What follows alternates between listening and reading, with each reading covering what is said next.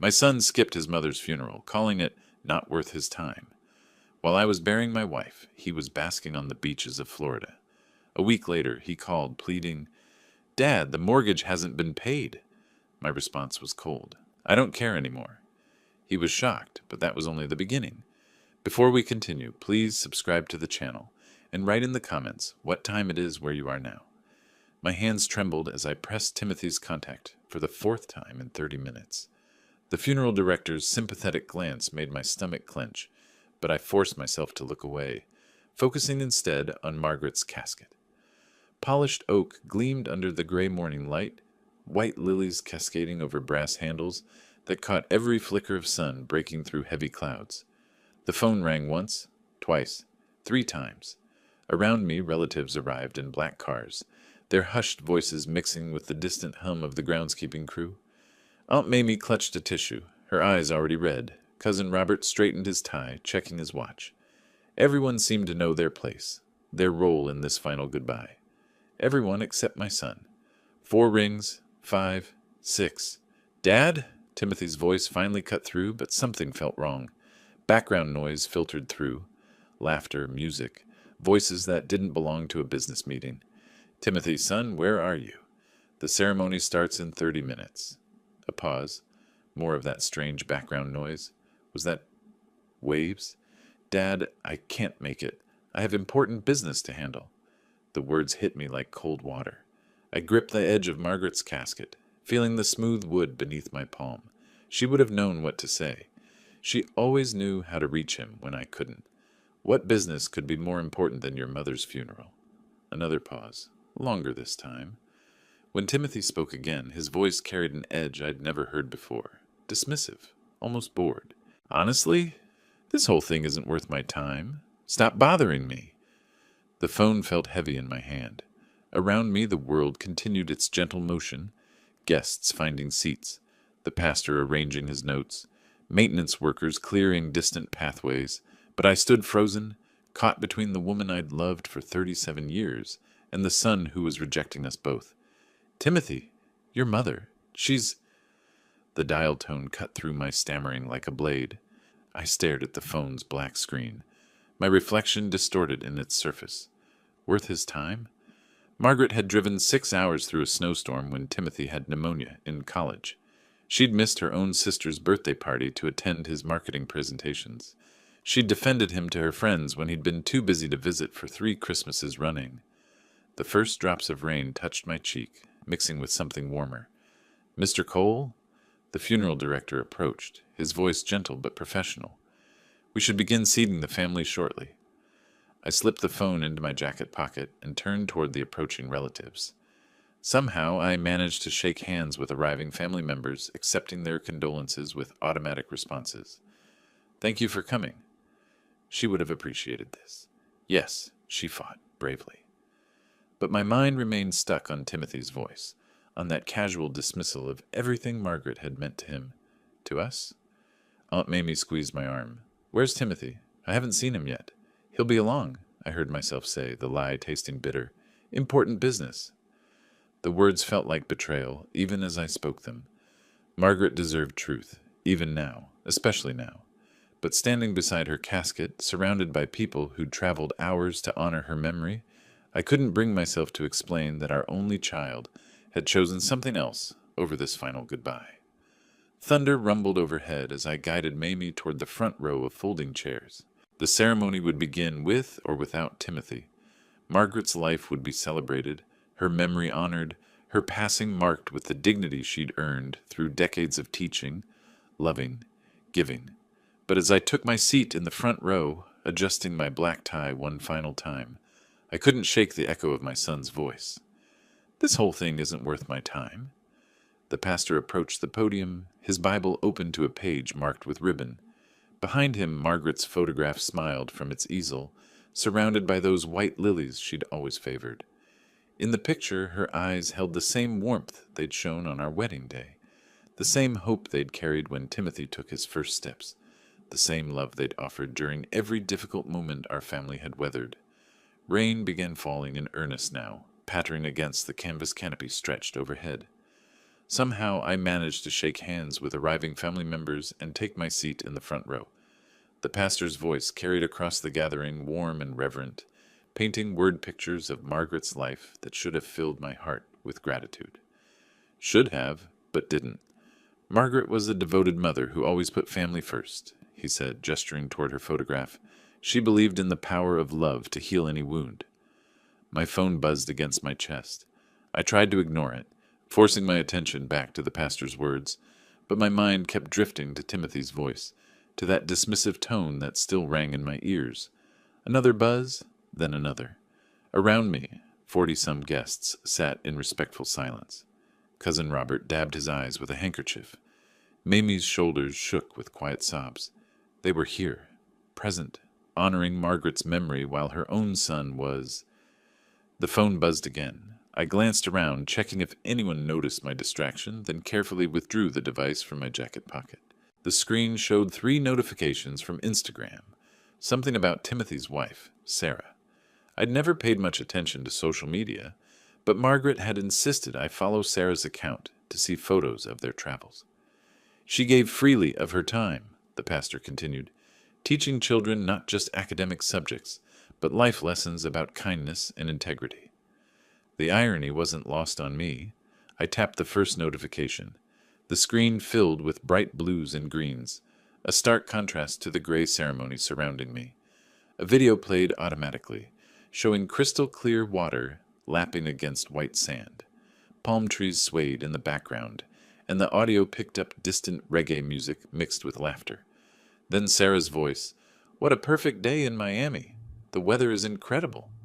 Miami.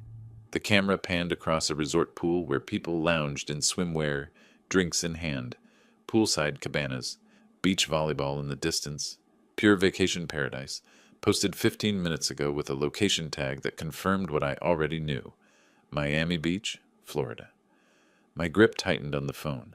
So that's what Timothy meant by important business. While we gathered to bury his mother, while relatives traveled from 3 states to pay respects, while I sat here trying to hold together the remnants of our family, he was sipping drinks on a beach. Margaret's greatest joy, the pastor said, came from watching her family grow and thrive. The video continued playing. Sarah's hand appeared in frame, holding a tropical drink garnished with fruit and tiny umbrellas. Behind her, resort guests played in the surf, their carefree laughter a universe away from our somber gathering.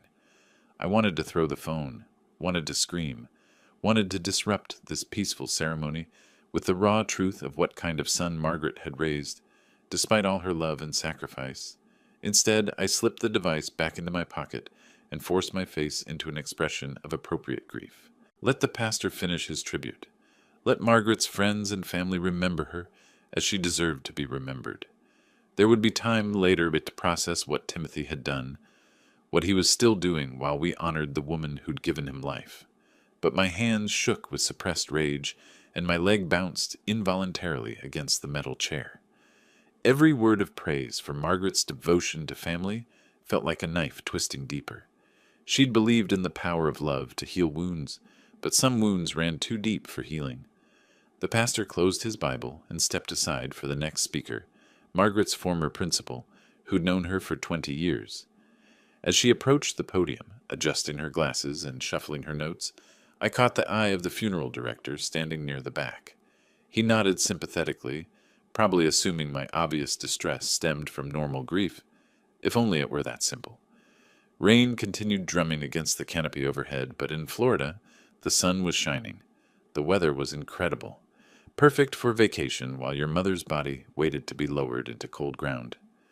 I whispered an excuse about needing air to Mamie, who squeezed my hand understandingly and walked steadily toward the maintenance area behind the cemetery shed. My rage built with each step, fueled by the contrast between Sarah's cheerful video and the reality of this gray morning. 37 years Margaret had loved that boy. 37 years of midnight fevers, school plays, graduation ceremonies, job interviews she'd practiced with him, relationship advice he'd never taken. She'd defended him to friends who wondered why he never visited, made excuses for missed holidays, sent care packages to his expensive Manhattan apartment, and this was how he honored her memory. Behind the maintenance shed, away from the ceremony's gentle murmur, I pulled out my phone with shaking hands. Not nervousness this time, pure, undiluted rage. The kind of anger I hadn't felt since Timothy was 17 and wrecked the car while joyriding with friends who'd pressured him into it. But even then, Margaret had been there to help me cool down, to find the right words. Now I was alone with my fury. I dialed his number without hesitation, my finger jabbing at the screen with more force than necessary. 1 ring, 2. He probably wouldn't answer, probably enjoying some poolside service or... "What now, Dad?" His voice carried that same annoyed edge, but this time I was ready for it. "Timothy, I just saw your wife's video from Miami Beach." Silence. Just the sound of wind through my phone and distant vacation noise through his. "That's not what you think it is, Dad. Sarah's just..." "Don't lie to me," my voice echoed off the concrete shed, the first time I'd shouted in years. "You're on a beach while we're burying your mother." Another pause. When he spoke again, the pretense was gone. "Fine. Yes, I'm in Florida." "So what? This funeral is a waste of my time." The words hit harder than his earlier dismissal, because now I had proof of his callousness. While relatives sat in folding chairs listening to tributes, while flowers wilted in the rain, while Margaret's body lay waiting for her final rest. Her son was living his best life under palm trees. "A waste of time?" I paced behind the shed, kicking at loose gravel. "She gave birth to you. She loved you when no one else would. She defended you to everyone who criticized." "She's dead, Dad." Timothy's voice cut through my anger like ice. "Standing around crying won't change that. I've got a life to live." The casual cruelty of it stopped me mid-pace. A life to live. As if Margaret's death was merely an inconvenience interrupting his vacation schedule. Rain pelted my face, mixing with tears I hadn't realized were falling. In the distance, I could hear the principal's voice carrying across the cemetery, sharing stories of Margaret's dedication to her students. Stories Timothy would never hear because beaches were more important than mothers. "You're not my son anymore." The words left my mouth before I could stop them, final as a gavel strike. "Good," Timothy replied without missing a beat. "Don't call me again." The line went dead. I stared at the phone screen showing call ended and immediately hit redial. The phone rang once, then cut to voicemail. I tried again. This time, "The number you are calling is not available." Third attempt. "This caller has been blocked." He'd blocked me. While Margaret lay in her casket 50 yards away, while family and friends gathered to honor her memory, while rain soaked through my funeral suit, my son had blocked my number to ensure his vacation continued, uninterrupted. I tried twice more. Each attempt met with the same automated rejection. The technology he'd used to show me his beach paradise now served as a wall between us, deliberate and impenetrable. Thunder rolled overhead, and the rain intensified. Behind me, I could hear the ceremony continuing. Probably Thurman sharing stories from our double dates 40 years ago, back when Margaret wore yellow sundresses, and Timothy existed only in our dreams of someday having children. My phone felt heavy in my hand, its screen reflecting my face, distorted by rain and rage. Blocked, cut off, dismissed as thoroughly as Margaret's memory had been dismissed. The maintenance shed offered no shelter from the storm, but I remained there anyway, letting the water soak through my jacket and run down my face. In Florida, the sun was still shining. The weather was still incredible. Sarah was probably posting another video by now, capturing their perfect day while we endured our imperfect grief. Slowly, I walked back toward the ceremony, my feet squelching in grass turned muddy by the downpour. Through the rain, I could see the gathered mourners still seated under their protective canopy, still listening to speakers who'd loved Margaret enough to brave this weather for her sake. Timothy's empty chair in the front row seemed to mock their loyalty. Margaret had always insisted on keeping it available, just in case he surprised us by showing up. "Hope," she'd called it. Sometimes hope is all we have. But hope, I was learning, could be a cruel companion. It had kept me dialing his number this morning despite knowing he wouldn't care. It had made me save his contact as Timothy's son in my phone, as if the label could preserve a relationship that had already died. As I approached the edge of the gathering, Mamie caught my eye and gestured to the empty seat beside her. The ceremony was nearing its end. I could tell by the way people were shifting in their chairs, reaching for tissues, preparing themselves for the final goodbye. I took my place among Margaret's true family, the people who'd chosen to be here despite rain and grief, and the simple human difficulty of watching someone you love disappear forever. They deserved better than my distraction. Margaret deserved better than a son who valued beach time over her memory. The pastor returned to the podium for closing remarks, but I barely heard his words. My mind remained stuck on that automated message. This caller has been blocked. Some wounds, I was learning, were too deep for Margaret's beloved power of love to heal. I walked the 100 yards back to the ceremony, each step heavier than the last, forcing my face into a mask of appropriate grief. The pastor's voice carried across the gathering as I slipped quietly back into my seat beside Mamie, who squeezed my hand without looking away from the podium. Margaret devoted her life to nurturing young minds, the pastor said, his voice warm with genuine affection. She believed every child deserved patience, understanding, and unconditional support. Mamie leaned close, whispering, Margaret was so proud of Timothy. Remember how she'd show everyone his marketing awards? Those fancy certificates from New York? My throat tightened. She always saw the best in him. He must be devastated to miss this. Traffic from New York can be terrible. I stared at Margaret's casket, those white lilies trembling slightly in the breeze. He had obligations he couldn't avoid. The lie tasted bitter, but what else could I say? That her beloved nephew had chosen poolside drinks over her farewell? That he'd dismissed 37 years of motherhood as not worth his time? When Timothy was 8, Mamie continued, oblivious to my internal struggle, Margaret spent 3 weeks helping him with that science fair project. Remember? The volcano that actually erupted in the kitchen? The memory hit like a physical blow.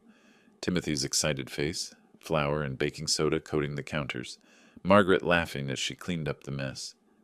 Daddy, when will Mama get better? I made her a drawing, 8-year-old Timothy had asked during her brief bout with bronchitis that year.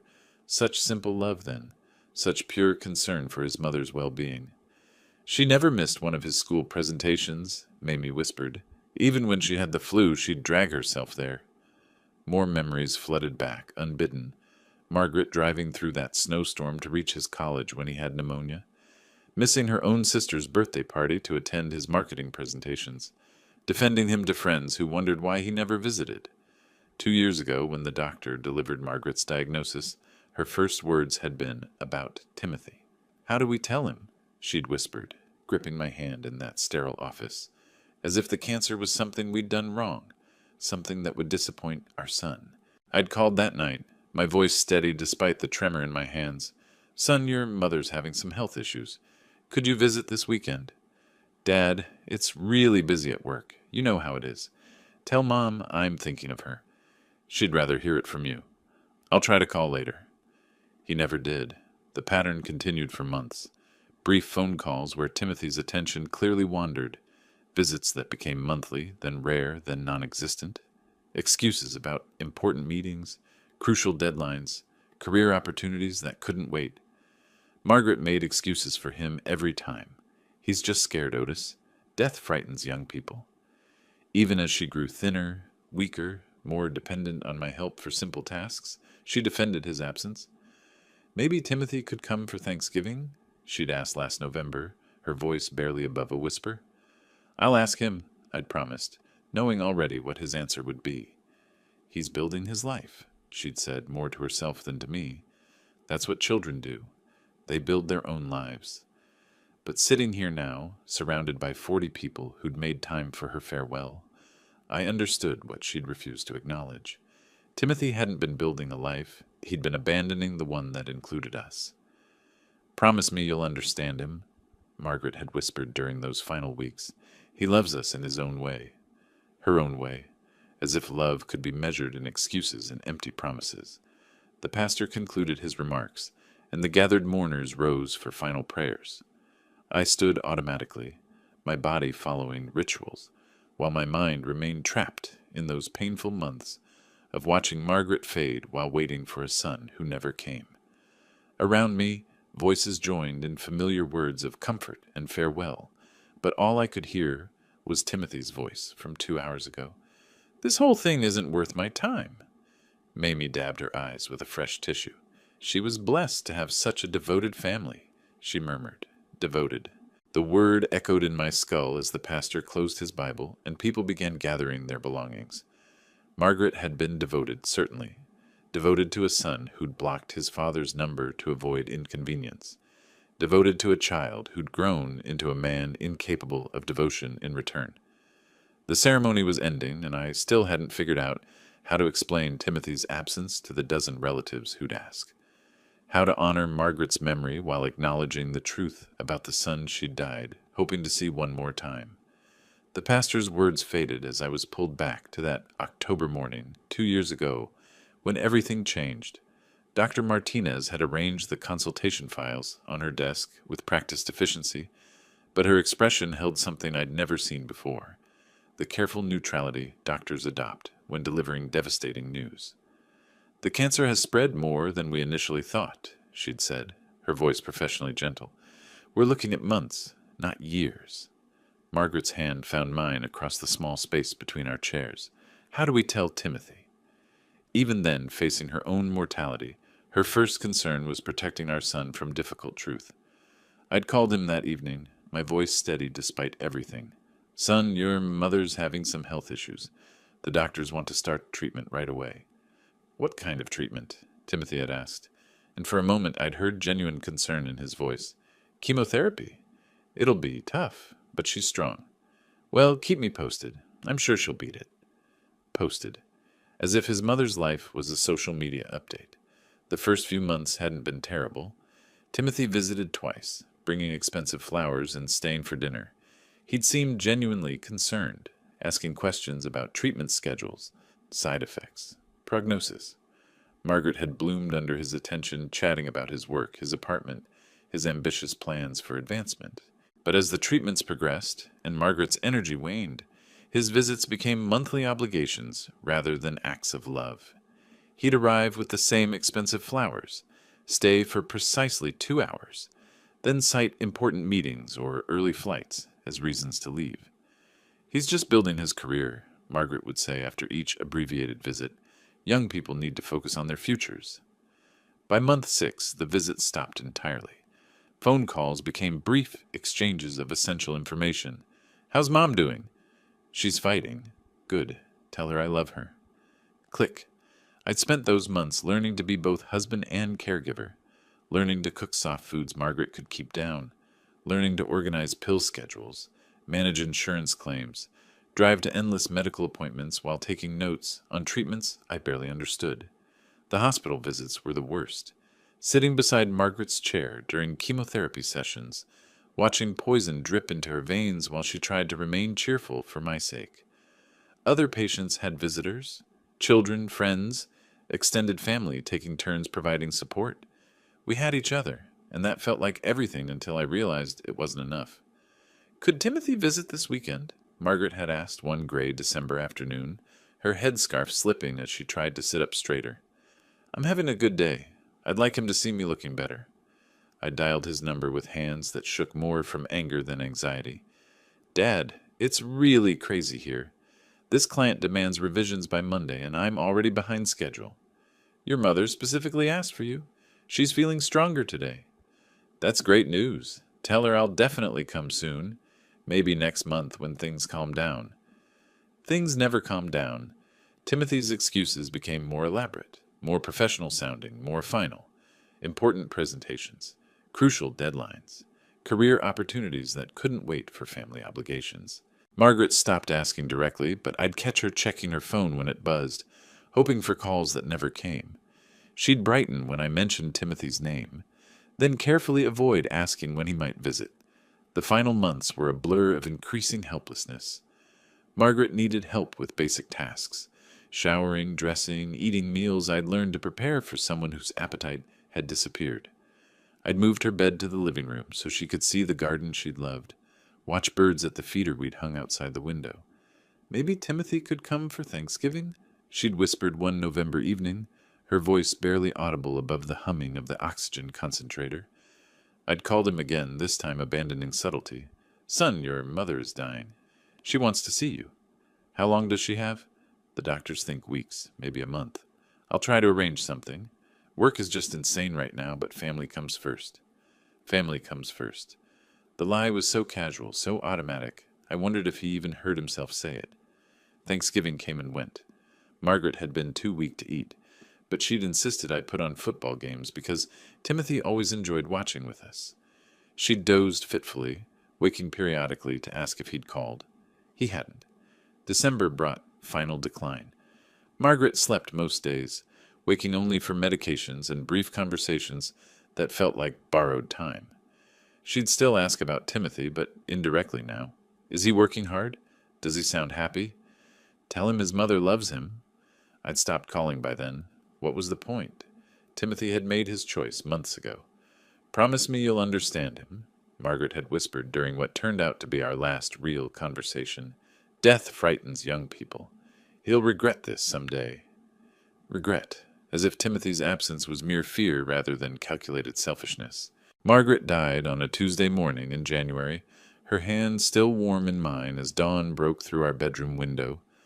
I'd held her while she drew her final breath, whispering reassurances about Timothy's love that we both knew weren't true. The first call I'd made was to Timothy. Dad, is everything okay?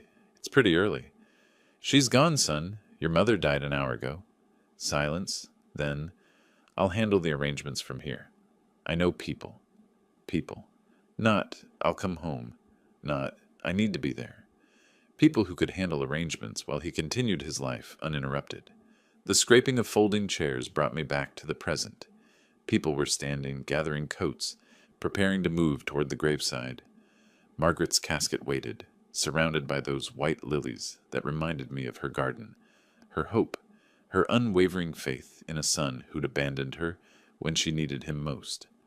I rose with the others, mechanically accepting condolences from relatives who had no idea their beloved nephew had chosen vacation over their farewell. The scraping of folding chairs brought me fully back to the present as people gathered coats and moved toward the graveside. Family members approached with gentle touches, hushed condolences, and expectant glances toward the parking area where they still hoped to see Timothy arrive, fashionably late but appropriately apologetic. Margaret would be so proud of this turnout, Cousin Robert said, gripping my shoulder. She touched so many lives. Thank you for being here, I replied automatically, the words feeling rehearsed after dozens of repetitions. Mamie appeared beside me, clutching her purse and looking around uncertainly. Shouldn't we wait for Timothy? He must be stuck in terrible traffic. Before I could formulate another careful lie, a familiar voice cut through the murmur of conversation. Otis.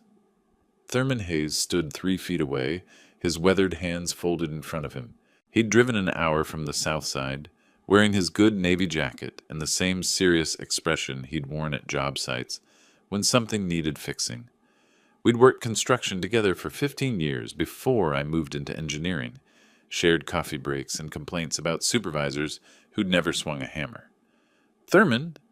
I shook his offered hand, surprised by the strength of his grip, the way he held on a moment longer than necessary.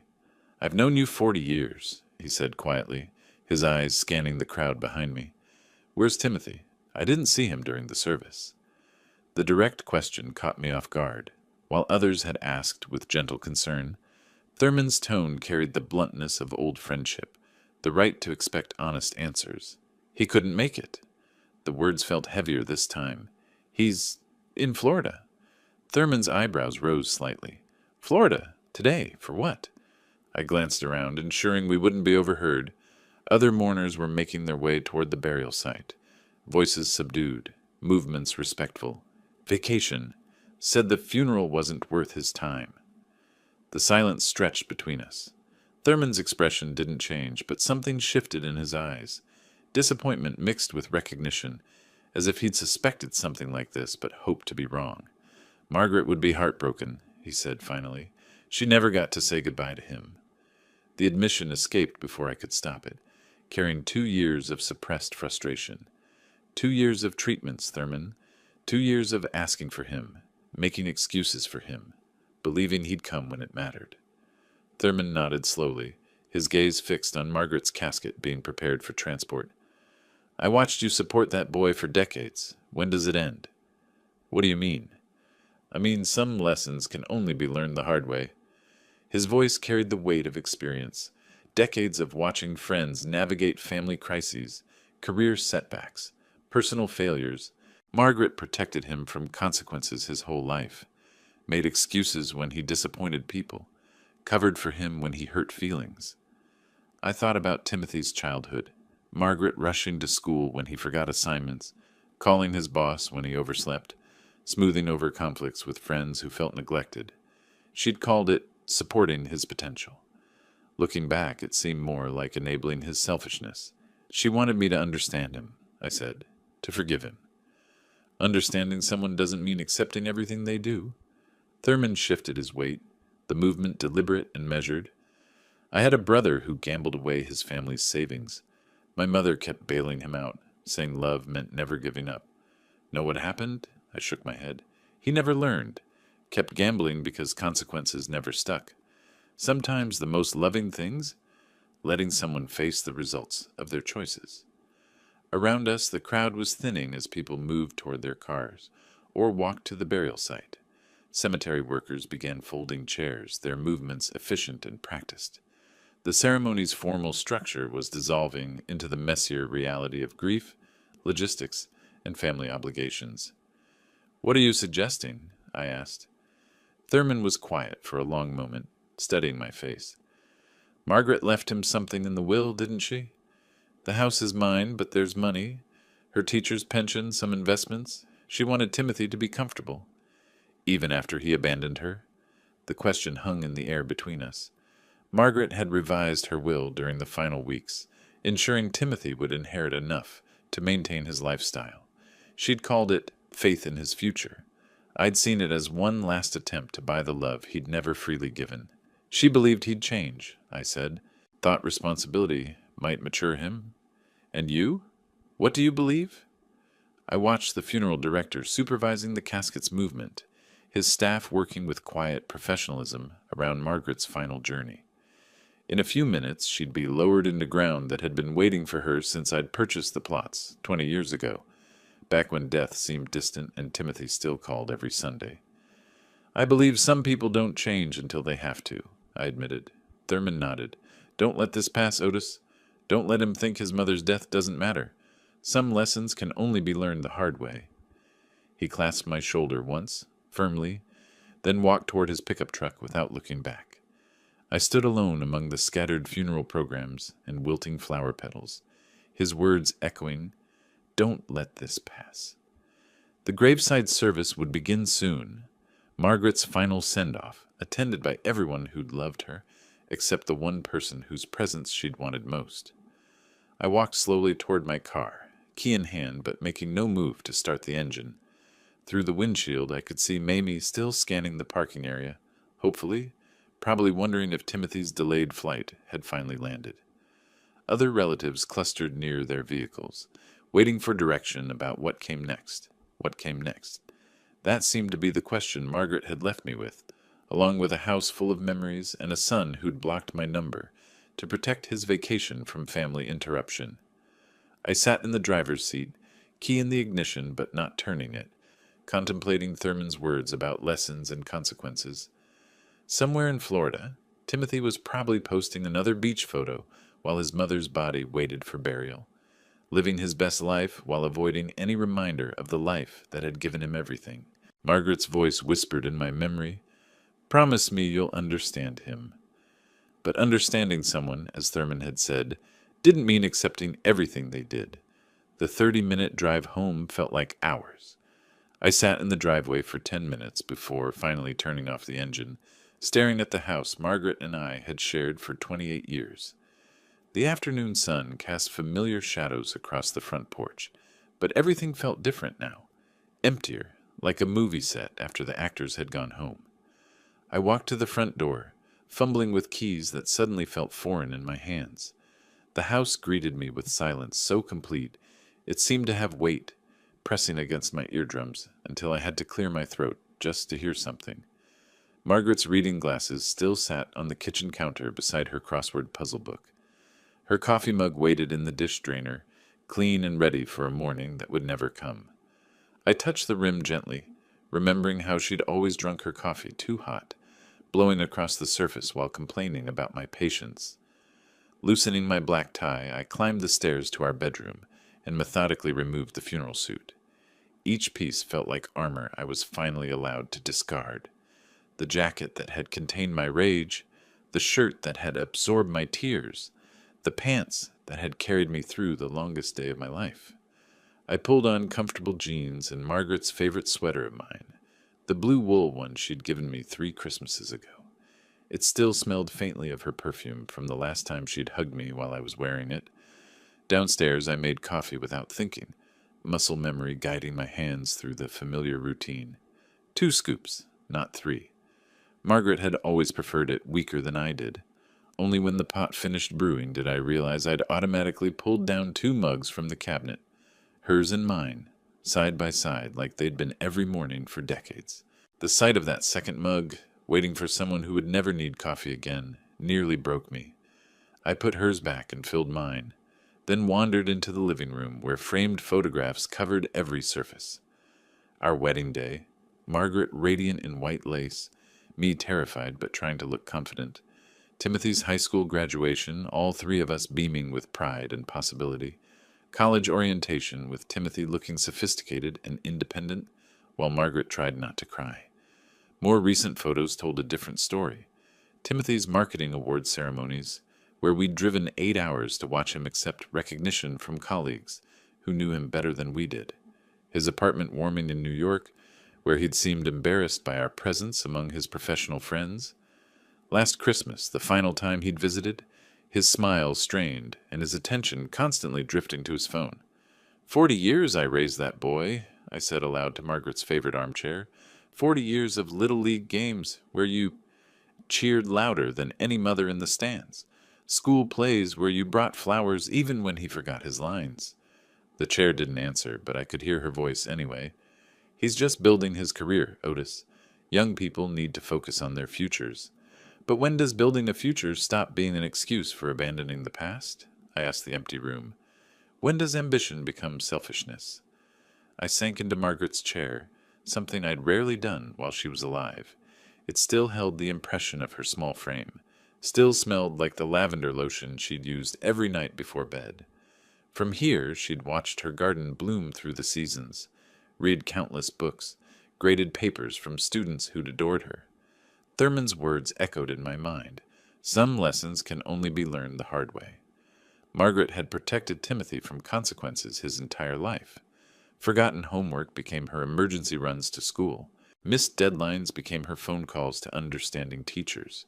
Failed responsibilities became our financial safety nets, our emotional cushions, our endless supply of second chances. Even during her illness, she'd made excuses for his absence. He's just scared, she'd whispered after another missed visit. Death frightens young people. As if fear justified abandonment.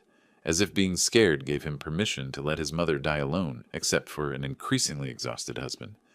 I picked up the photo from Timothy's college graduation, studying his face for signs of the man he'd become. At 18, he'd still hugged us both without embarrassment, still called every Sunday to share stories about classes and friends and dreams we'd helped him chase. When had that changed? When had our son become someone who could choose a Florida beach over his mother's funeral? The transformation hadn't happened overnight. Looking back, I could trace the gradual cooling, phone calls growing shorter, visits becoming obligations, our lives becoming inconveniences he managed, rather than relationships he cherished. Margaret had noticed too, though she'd never admitted it. I'd catch her waiting by the phone on Sundays, hoping for calls that came later and later until they stopped altogether. She'd mentioned Timothy's name with careful optimism, testing whether today might be the day he remembered he had parents who loved him. "You always saw the best in him, sweetheart," I said to her photograph, even when he stopped seeing us at all. The afternoon light was fading, casting longer shadows across the living room. I should eat something, I knew. Should call Mamie to let her know I'd gotten home safely. should begin the process of thanking people for their flowers and condolences. Instead, I sat in Margaret's chair, holding our son's graduation photo, finally allowing myself to acknowledge what she'd never been willing to admit. Timothy had left us long before today.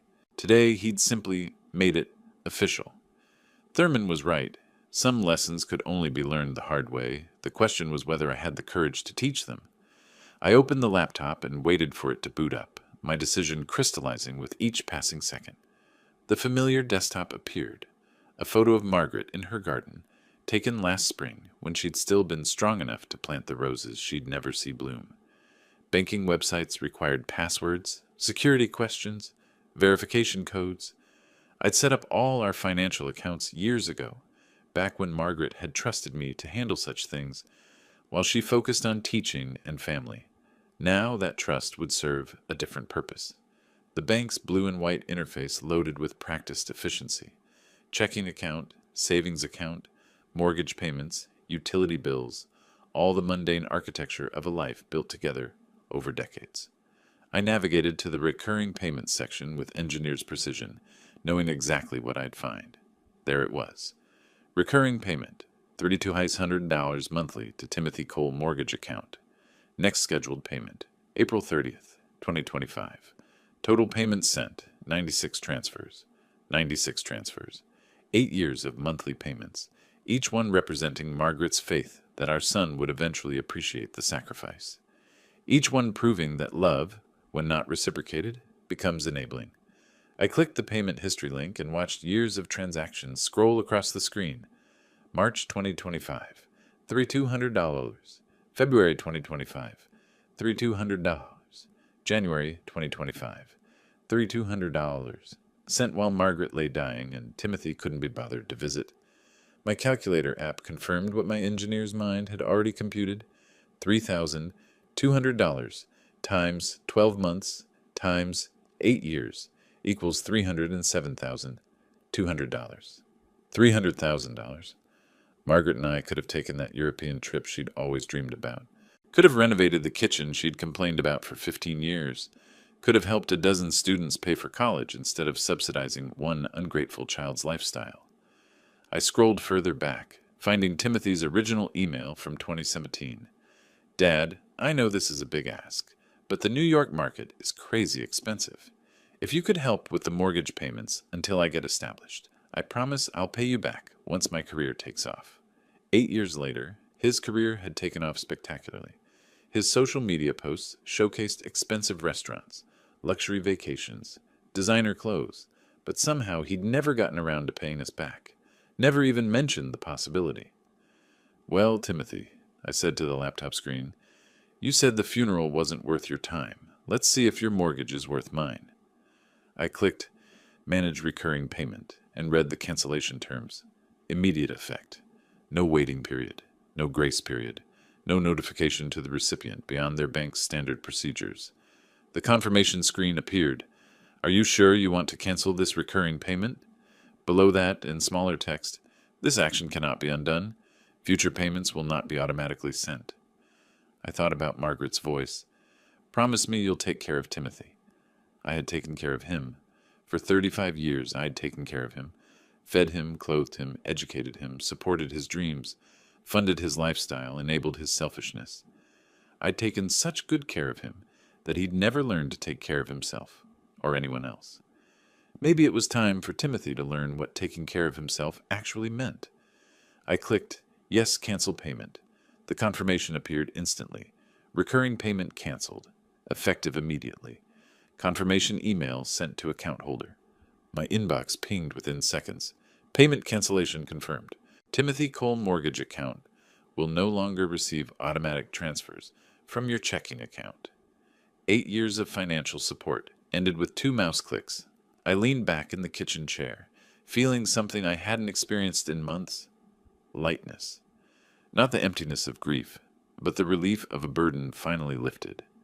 For the first time since Margaret's diagnosis, I wasn't responsible for someone else's obligations. Timothy would receive his bank's notification within 24 hours. His next mortgage payment was due in 2 weeks. He'd have just enough time to panic, to realize that Daddy wasn't going to handle this particular problem for him. He'd probably call once he discovered his safety net had disappeared, but his number was still blocked in my phone, and I had no intention of changing that. Some conversations required earning, and Timothy had significant earning to do. The laptop screen dimmed automatically, asking if I wanted to continue my session. I closed the banking website and shut the computer, pushing it aside with the satisfaction of a job completed. $300,000.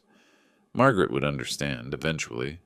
She'd wanted me to take care of Timothy, but she'd also taught her students that actions had consequences, that responsibility couldn't be learned without practice. Tonight, Timothy was practicing being responsible for his own mortgage. Tomorrow, we'd see how well he'd been paying attention. I walked to the refrigerator with lighter steps than I'd taken in months, opening it to discover possibilities instead of obligations. Margaret had always planned our meals, worried about nutrition, made sure I ate properly even when grief killed my appetite. Tonight, for the first time since her death, I felt genuinely hungry. Eggs, butter, good bread, simple ingredients for a simple meal. I cracked 3 eggs into a bowl and watched them blend into golden smoothness, remembering Margaret's teasing about my legendary scrambled eggs. "Only man I know who makes them fluffy as clouds," she'd said. Tonight, they were fluffy as clouds. I set the kitchen table with our good dishes, the wedding china we'd saved for special occasions that came too rarely. If eating my first peaceful meal in months wasn't special, nothing was. The plates looked elegant under the warm kitchen lights, reflecting a satisfaction I'd forgotten was possible. "First time in months I actually taste my food," I said aloud, savoring each bite. The eggs were perfect, the toast crisp, the butter real instead of the diet substitute Margaret had insisted on.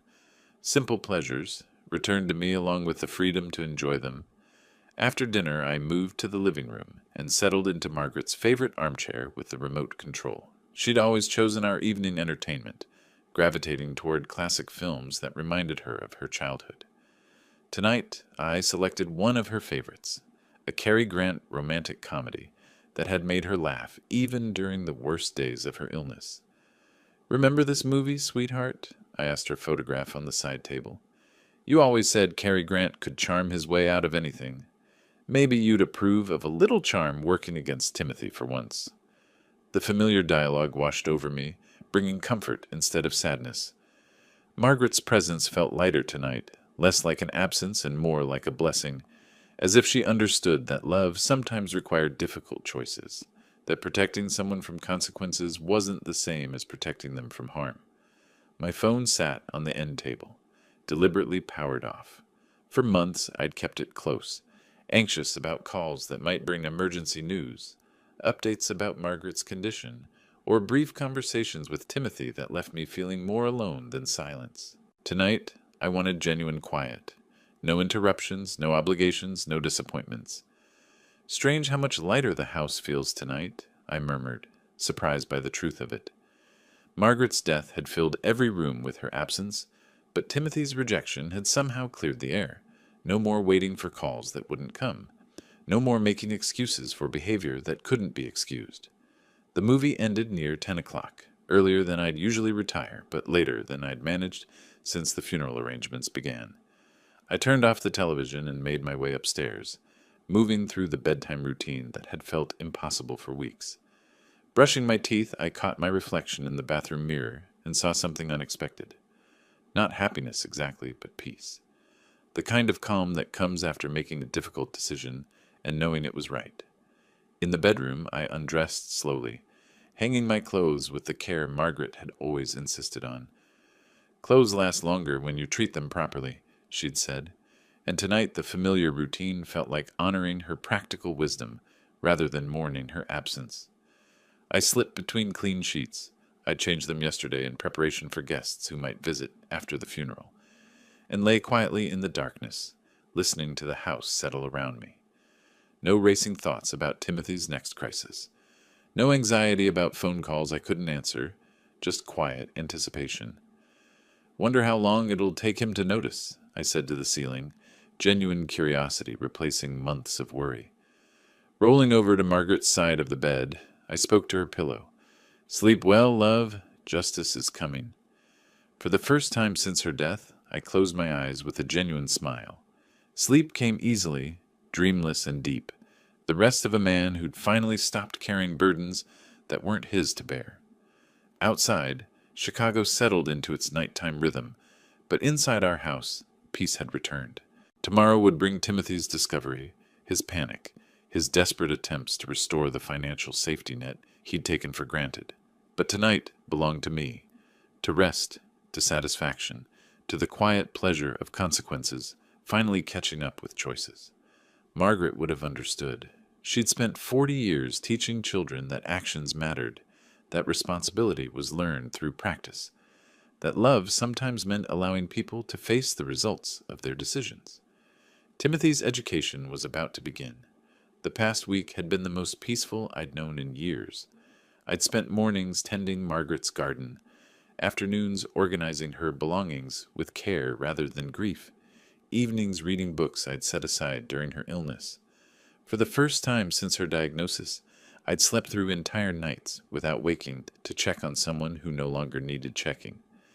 Then Timothy's name appeared on my phone screen. I stared at the display for 3 rings, considering whether to answer. Part of me was curious about what crisis had finally forced him to unblock my number. Another part wanted to let it ring, to give him a taste of the silence he'd imposed on me. But mostly I felt nothing. No anxiety, no anger, just mild interest in seeing how long it would take him to acknowledge reality. On the 4th ring, I picked up. "Dad? Hey!" His voice carried that casual tone I remembered from childhood, when he'd call to ask for rides or money, assuming both would be provided without question. "Sorry I blocked you last week. I just needed some space after, you know." "I understand," I said, settling back into Margaret's chair with my afternoon coffee. "Good, good.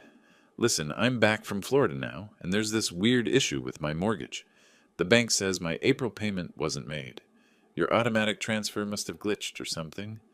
The assumption in his voice was breathtaking. No mention of the funeral he'd missed, no acknowledgement of his mother's burial, no apology for dismissing 37 years of love as not worth his time. Just an expectation that I'd fix his financial problem while he moved on to more important matters. "It wasn't a glitch?" I said. A pause. I could hear papers rustling in the background, probably bank statements or mortgage documents he'd never bothered to read before. "What do you mean? Can you just call them and fix it?" "No. That's your responsibility now, Timothy." The silence stretched longer this time. When he spoke again, his voice had shifted from casual to concerned. "My responsibility? Dad, you've always handled this. What's going on?" "What's going on is exactly what you told me last week." "What are you talking about?" The rustling sounds increased, as if he were frantically searching through paperwork for answers he'd never needed before. "You said your mother's funeral wasn't worth your time." I kept my voice level, conversational, as if we were discussing the weather. "Well, your mortgage isn't worth mine." The explosive silence that followed felt like vindication. I could picture him in his expensive Manhattan apartment, surrounded by the lifestyle my money had helped maintain, finally beginning to understand that actions had consequences. "You can't be serious," he said, his voice climbing toward panic. "This is about Mom's funeral? Dad, that was emotional. This is real money we're talking about. Your mother was real, Timothy. Her love for you was real. Her hope that you'd visit during her final weeks was real. I was building my career.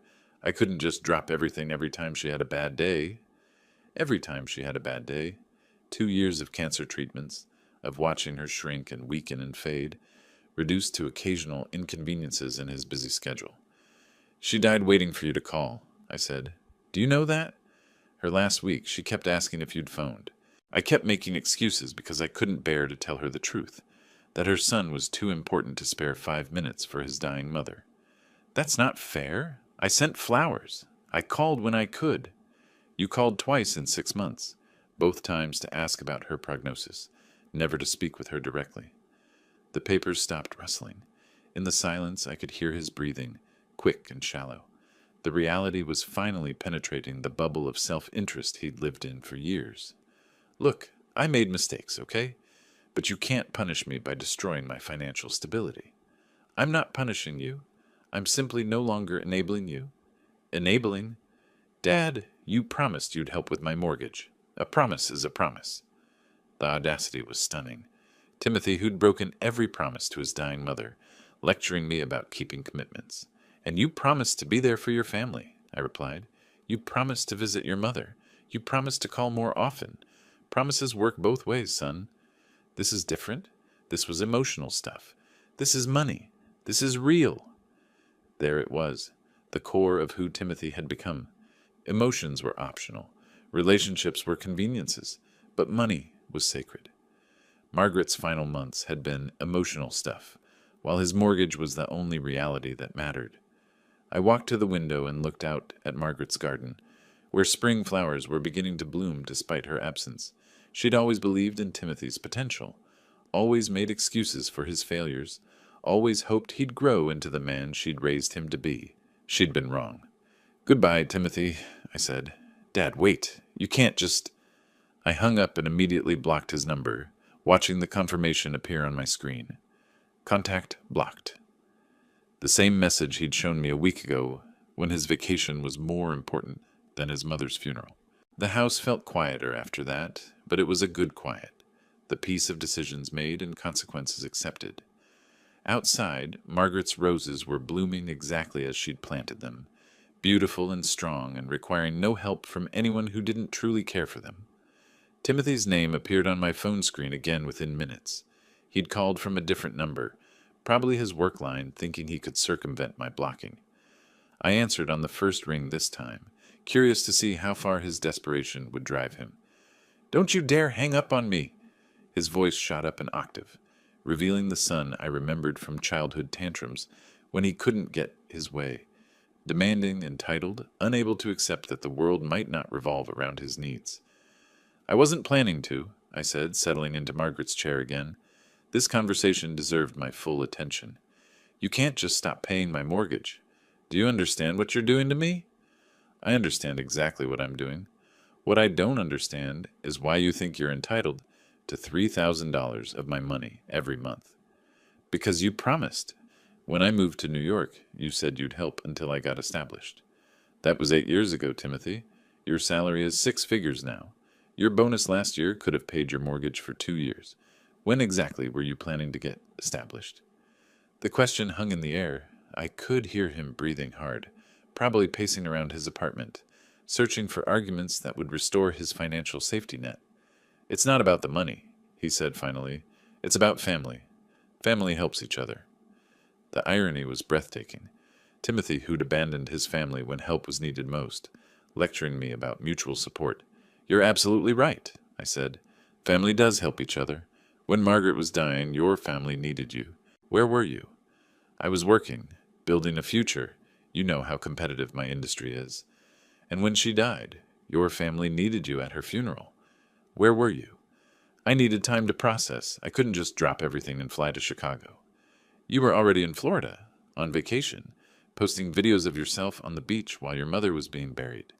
Another silence, shorter this time, but heavier, the weight of truth settling into places where excuses used to live.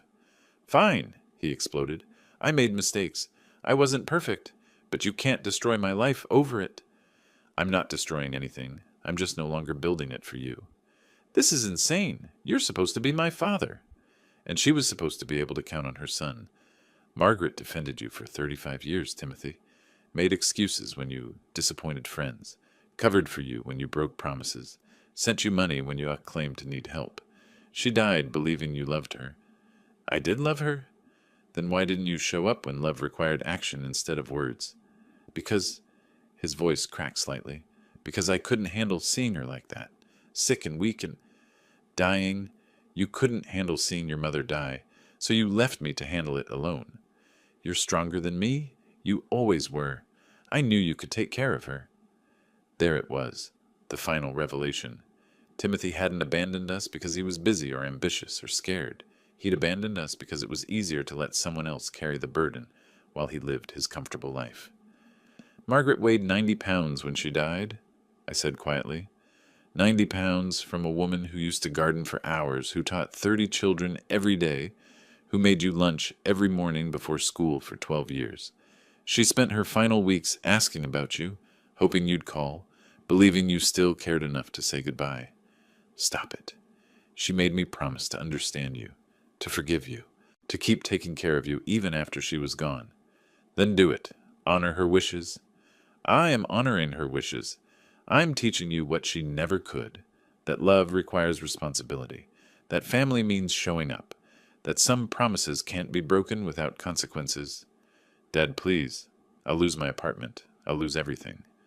And I lost my wife, my partner of 37 years, the woman who made excuses for you until her dying breath, but somehow your mortgage is more important than her memory.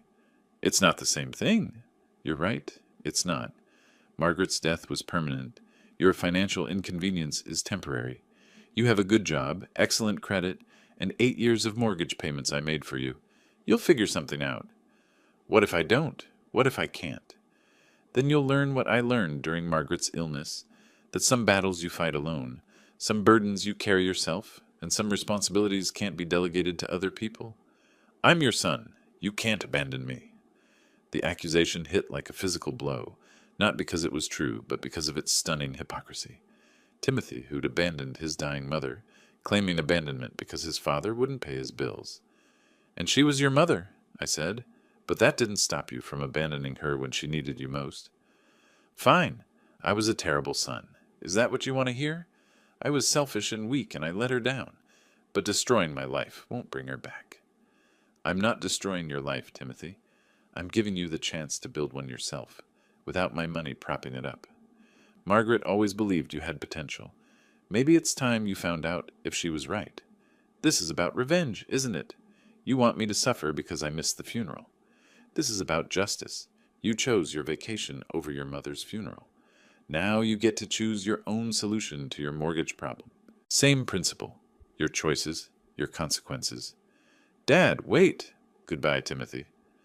I ended the call and immediately blocked this number too, watching my phone display the same contact blocked message. 2 numbers down, however many he had left to go. But each blocked number represented a choice. His choice to prioritize convenience over relationship, money over memory, himself over everyone else. The house settled into silence again, but this time it felt final. No more calls, no more crises, no more enabling disguised as love. Timothy would have to learn responsibility the way Margaret had always wanted him to, through practice, consequences, and the discovery that other people's generosity wasn't unlimited. I looked at her photograph on the side table, imagining her reaction to what I'd just done. She might have been shocked initially, but Margaret was a teacher. She understood that some lessons could only be learned through experience, that protecting someone from consequences wasn't the same as protecting them from harm. I think you'd approve, I said to her image. Tough love was always your specialty, even when you couldn't apply it to him. Outside, evening was settling over the neighborhood. Normal people were coming home from normal jobs to normal families who showed up for each other when it mattered. Tomorrow, I'd wake up without worrying about Timothy's next crisis, next demand, next assumption that his problems were mine to solve. For the first time in 8 years, my money would stay in my account where it belonged. 3 weeks passed without a single call from Timothy. 3 weeks of the most peaceful mornings I'd had in years, where coffee tasted like pleasure instead of obligation, where newspapers brought information instead of anxiety about which story might trigger my son's next financial crisis. I'd used the time well. Margaret's garden required attention she could no longer provide, and I discovered unexpected satisfaction in continuing work her hands had started. The roses she'd planted were blooming spectacularly, as if her absence had freed them to flourish without constraint. The travel agency on Lincoln Avenue had been helpful when I'd explained what I wanted. A Mediterranean cruise departing in June, the Greek islands Margaret had dreamed about visiting since we'd watched that travel documentary 5 years ago. She'd marked pages in travel magazines, researched restaurants in Santorini, planned excursions to ancient ruins she'd studied as a young teacher. This would be perfect for someone starting fresh, the travel agent had said, spreading brochures across her desk like possibilities made tangible. My wife always wanted to see the Greek islands, I'd replied. I think she'd approve of me finally taking that trip. It's never too late to honor someone's dreams. No, it wasn't. And with $3,000 staying in my account every month instead of subsidizing Timothy's lifestyle, honoring Margaret's dreams had become financially possible. 8 years of mortgage payments translated to years of travel, experiences, adventures she'd postponed, while we supported our ungrateful son. The bank manager had been impressed when I'd opened the new savings account. European Cruise Fund, I'd labeled it, watching the balance grow with money that had previously disappeared into Timothy's Manhattan apartment. Numbers on a screen that represented freedom instead of enablement. My phone had stayed blissfully quiet. No desperate calls about mortgage payments, no panicked voicemails about eviction notices, no demands for emergency financial rescues. Whatever Timothy was doing to solve his housing crisis, he was doing it without my involvement, exactly as it should be. Thurman had called twice, checking on my welfare with the concern of 4 decades of friendship. I'd told him about the cruise, about the garden, about the profound peace that had settled over my life since I'd stopped being Timothy's financial safety net. Margaret would be proud, he'd said. Took you long enough to learn what she always knew. What's that? That sometimes loving someone means letting them learn the hard way. The cemetery visit had become a weekly ritual, bringing fresh flowers from Margaret's garden to place beside her headstone. Today I'd brought news along with the roses. Well, sweetheart, I said, arranging the blooms carefully against the marble. I booked that cruise you always wanted, leaving for Athens in 6 weeks, then sailing to all those islands you circled in the travel guides. A gentle breeze stirred the flowers, as if she approved. Timothy called a few times after he lost his mortgage payment, seemed surprised that actions have consequences. Imagine that. I settled into the familiar rhythm of one-sided conversation that had developed since her death. You always said I was too soft on him. Turns out you were right. The afternoon sun cast long shadows across the cemetery grounds, peaceful and eternal. Other visitors moved quietly among the headstones, bringing their own flowers, sharing their own news with loved ones who could no longer respond, but somehow still listened. $300,000, I continued. That's what we spent on his mortgage over 8 years. Enough for that kitchen renovation you wanted, that European trip you postponed. Maybe help a few deserving students pay for college, instead of enabling one ungrateful child. Margaret's photograph smiled from its weatherproof frame, the same expression she'd worn when discussing difficult students who'd finally grasped challenging concepts. Patient, understanding, but firm in her belief that learning required effort. Growth demanded struggle, and love sometimes meant saying no. I think you understand why I did it, I said. You spent 40 years teaching children that choices have consequences, that responsibility can't be delegated, that growing up means handling your own problems. Maybe it's time Timothy learned what you always tried to teach him. The drive home took me through neighborhoods where I'd lived my entire adult life, past schools where Margaret had taught, through communities where we'd built friendships that would outlast my son's resentment.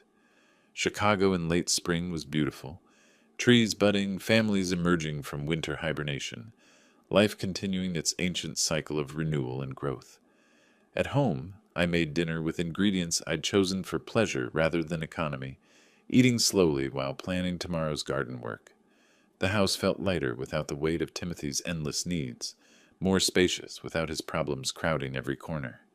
My new passport had arrived yesterday, crisp and official, ready for adventures Margaret and I had planned, but never taken. The cruise itinerary sat on the kitchen counter beside travel guides to Greek islands, Roman ruins, Mediterranean ports where ancient civilizations had flourished and faded, leaving lessons about the importance of building something lasting. Timothy would learn to build his own life now, without my money, as foundation. Whether he succeeded or failed would depend on qualities Margaret had tried to instill, but I'd undermined through enabling. Resilience, responsibility, the understanding that love meant earning as well as receiving. The evening news played softly in the background, stories of distant conflicts and local triumphs, reminders that the world continued spinning, regardless of individual struggles. Somewhere in New York, Timothy was probably apartment hunting, learning what $3,000 really meant when it came from his own paycheck instead of his father's generosity. I felt no guilt about his situation, no urge to rescue him from consequences he'd created. Margaret had died, hoping he'd grow into the man she'd always believed he could become. My enabling had prevented that growth for years, but no longer.